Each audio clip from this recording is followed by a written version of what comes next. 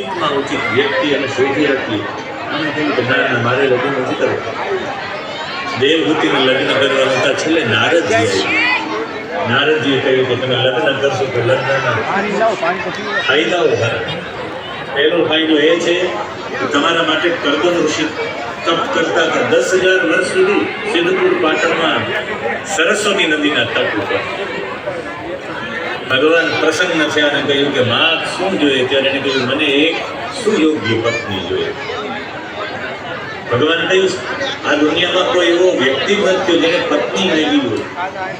પત્ની માંગવાનું કારણ શું કે સુયોગ્ય પત્ની મળશે ને હું સુયોગ્ય હશે, અમારા બેથી એક સુયોગ્ય સંતાન ઉત્પન્ન થશે અને સુયોગ્ય સંતાન જગતનું કલ્યાણ કરતો જ રહે. આગળ જગતનું કલ્યાણ થાય એટલે સારું સંતાન જોઈએ, સારા સંતાન માટે સારી પત્ની જોઈએ. ભગવાનની આંખમાંથી આંસુ પડી જતા નહીં છે. જગતના કલ્યાણનો વિચાર તો જુઓ. અને એની આંખમાંથી જે આંસુ પડ્યા એ બિંદુ પડ્યા એમાંથી એક સરોવર બન્યું. અશ્રુ બિંદુમાંથી, જેને બિંદુ સરોવર કહેવાય છે. એટલે કહ્યું કે આ તમે સુયોગ્ય તમે બનવા માટે લાયક છો. અને ભગવાને આશીર્વાદ પણ આપ્યા કે જા તારી પુત્રના રૂપમાં હું આવીશ. બીજો ફાયદો છે તમને ભગવાનના માં બનવાનો મોકો મળશે. ભગવાને ત્રીજું કહ્યું કે હું સાંખ્ય શાસ્ત્રનો ઉપદેશ આપીશ.